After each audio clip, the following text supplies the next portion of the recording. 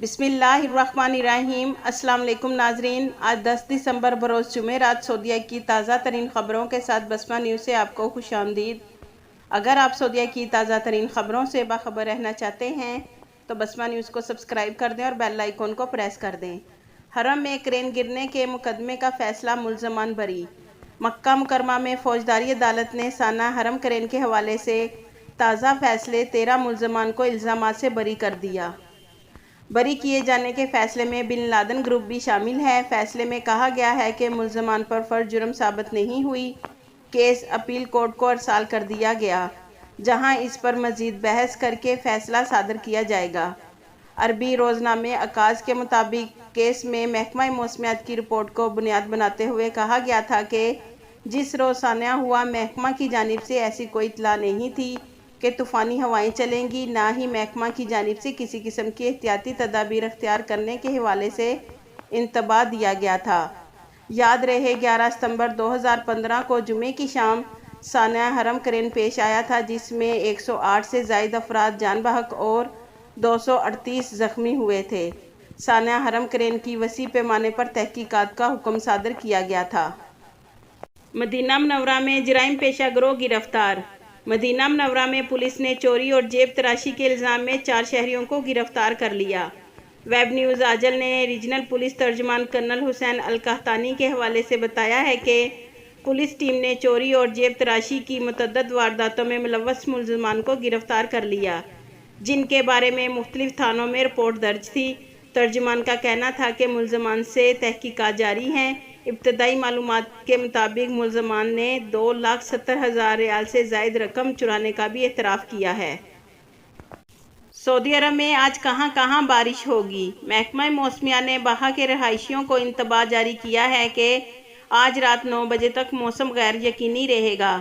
سعودی press agency کے مطابق محکمے نے کہا ہے کہ باہا شہر کے علاوہ المخوا، المندق، خلوہ، البلجرشی اور قرب و جوار کے علاقوں میں بادل چھائے رہیں گے۔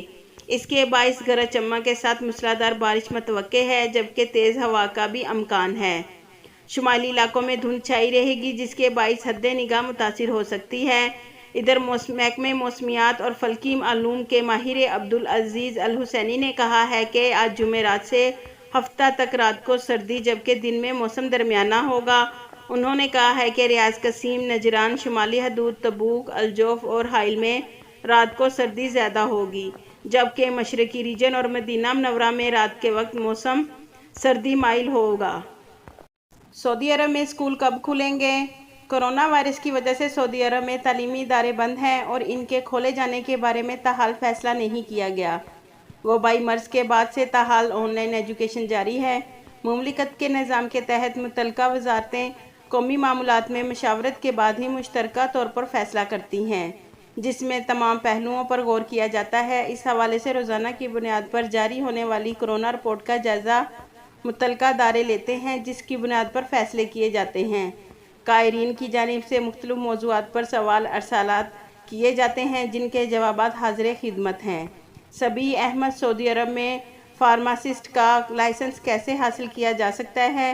جو لوگ خود سعودی عرب میں ہوں یا والد کے زیر کفالت ہوں، فارماسسٹ کا امتحان کیسے دے سکتے ہیں؟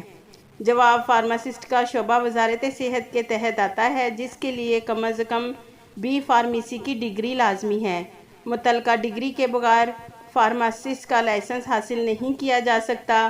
یاد رہے، فارمیسی کے شعبے میں سعودیائزیشن کر دی گئی ہے۔ اس شعبے سے تعلق رکھنے والوں کو اب یہاں جاب ملنا بہت مشکل ہے، کیونکہ سرکاری ہاسپٹلز کی تقریباً تمام فارمیسیز میں سعودی فارماسسٹ متعین کیے گئے ہیں، جبکہ نجی شعبے کے لیے بھی حکومت کی جانب سے غیر ملکیوں کے کوٹے کو انتہائی محدود کر دیا گیا ہے۔ فارماسسٹ کے اقامے پر موجود افراد کو لائسنس بنیاد پر وزارت صحت کے ذیلی ادارے ٹریننگ سینٹر سے پرمٹ حاصل کرنا ہوتا ہے، جو مقررہ امتحان دینے کے بعد جاری کیا جاتا ہے۔ پرمٹ امتحان بنیاد پر جاری کیا جاتا ہے اور فارماسسٹ کے اقامے کی تجدید بھی اسی بنیاد پر دی جاتی ہے۔ وکی جان، سعودی عرب میں اسکول کب تک کھولے جا رہے ہیں؟ جواب: وزیر تعلیم کا کہنا ہے کہ کورونا وائرس کی وجہ سے اسکول کھولنے کا فیصلہ تاحال نہیں کیا گیا۔ سعودی عرب میں سرکاری سطح پر تعلیم کا نظام یکساں ہے۔ سرکاری اسکولوں میں دوسرا سیمسٹر رواں ماہ مکمل ہو جائے گا۔ اس حوالے سے بھی وزیر تعلیم کا کہنا تھا کہ ابھی تک حتمی فیصلہ نہیں کیا کہ اسکول دوسرے سیمسٹر کے بعد کھولے جائیں گے یا آن لائن تعلیم کا سلسلہ جاری رہے گا۔ یاد رہے، سعودی عرب میں تمام متعلقہ وزارتیں متفقہ طور پر کسی معاملے پر فیصلہ صادر کرتی ہیں۔ اس حوالے سے وزارت تعلیم کا کہنا تھا کہ جب تک وزارت صحت کی جانب سے اسکول کھولنے کے لیے گرین سگنل نہیں مل جاتا، اس وقت تک آن لائن تعلیم کا سلسلہ ہی جاری رہے گا۔ واضح رہے، کرونا وائرس کے بعد 20 مارچ 2020 سے روایتی تعلیم کا سلسلہ بند ہے، جبکہ آن لائن ایجوکیشن جاری ہے۔ محمد الیاس علی: میں سعودی عرب میں مقیم ہوں۔ معلوم یہ کرنا ہے کہ اگر دو بھائی ایک ہی کار چلانا چاہیں تو اس کے لیے اجازت لینے کا کیا طریقہ کار ہے؟ جواب: محکمہ ٹریفک کی جانب سے لازمی ہے کہ گاڑی کے نام جو ہو اسی ڈرائیور کو ہی گاڑی چلانی چاہیے۔ اگر دوسرے کو گاڑی چلانے کی اجازت دی ہے تو یہ قانون کے خلاف ورزی میں شمار ہوگی۔ گاڑی عارضی طور پر کسی کو دینے کے لیے محکمہ ٹریفک سے NOC حاصل کرنا پڑتا ہے، جسے عربی میں تفویض کہتے ہیں۔ محکمہ ٹریفک کی جانب سے تفویض حاصل کرنے کے لیے مقررہ فارم پر گاڑی کے مالک اور جسے گاڑی دینی ہے اس کی تفصیلات، جن میں اقامہ نمبر، گاڑی کا نمبر، استعمارہ، ملکیت کارڈ کا نمبر کے علاوہ دیگر معلومات درج کر کے اسے محکمہ ٹریفک سے تصدیق کرانے کے بعد استعمال کر سکتے ہیں۔ یاد رکھیں، ابشر کے ذریعے بھی تفویض کی سہولت فراہم کی گئی ہے، تاہم یہ سہولت ایک ہی کمپنی میں کام کرنے والے غیر ملکیوں کے لیے ہوتی ہے۔ علاوہ ازیں، سعودی اپنے زیر کفالت کارکن کے لیے بھی جاری کرا سکتا ہے، اگر وہ فیملی ڈرائیور کے طور پر اس کی کفالت میں ہو۔ گاڑی چلانے کے لیے NOC اس لیے بھی ضروری ہے کہ اب سعودی عرب میں ٹریفک چلان خود کار طریقے سے کیے جاتے ہیں، جو گاڑی کی نمبر پلیٹ پر جاری ہوتا ہے۔ نمبر پلیٹ گاڑی کے مالک کے نام سے ہی رجسٹرڈ ہوتی ہے، اس لیے جرمانہ بھی گاڑی کے مالک پر ہی ہوتا ہے، جبکہ ماضی میں جب چلان سسٹم روایتی ہوتا تھا، جرمانہ ڈرائیونگ لائسنس پر کیا جاتا ہے۔ واضح رہے، سعودی عرب میں خود کار چلان سسٹم ساحر کے ذریعے لیے گئے چلان کی ادائیگی ضروری ہے، جس میں سگنل خلاف ورزی پر 3000 ریال جرمانہ ہوتا ہے۔ مکہ مکرمہ میں ٹڈیوں پر قابو پا لیا گیا۔ وزارت ماحولیات نے کہا ہے کہ مکہ مکرمہ شہر میں ٹڈی دل پر قابو پا لیا گیا ہے۔ سبق ویب سائٹ کے مطابق مکہ مکرمہ ریجن میں وزارت ماحولیات، پانی و زراعت کے دفتر کے سربراہ انجینئر سعید بن حجار عبداللہ الغامدی نے کہا ہے کہ مکہ مکرمہ شہر میں ٹڈیوں کا حملہ ہوا تھا۔ ٹڈی شمالی علاقوں سے مکہ مکرمہ پہنچی تھیں۔ ان کی بڑی تعداد شہر کے مشرقی علاقوں میں دیکھی گئی۔ فوری طور پر متعدد ٹیمیں تشکیل دی گئیں، جنہوں نے ریکارڈ وقت میں سپرے کا کام کرکے ٹڈیوں کا مکمل خاتمہ کر دیا ہے۔ زمزم مسجد نبوی تک کیسے پہنچایا جاتا ہے؟ مسجد نبوی کے امور کی ذمہ دار ایجنسی مسجد نبوی تک زمزم پہنچانے میں کوشاں ہے۔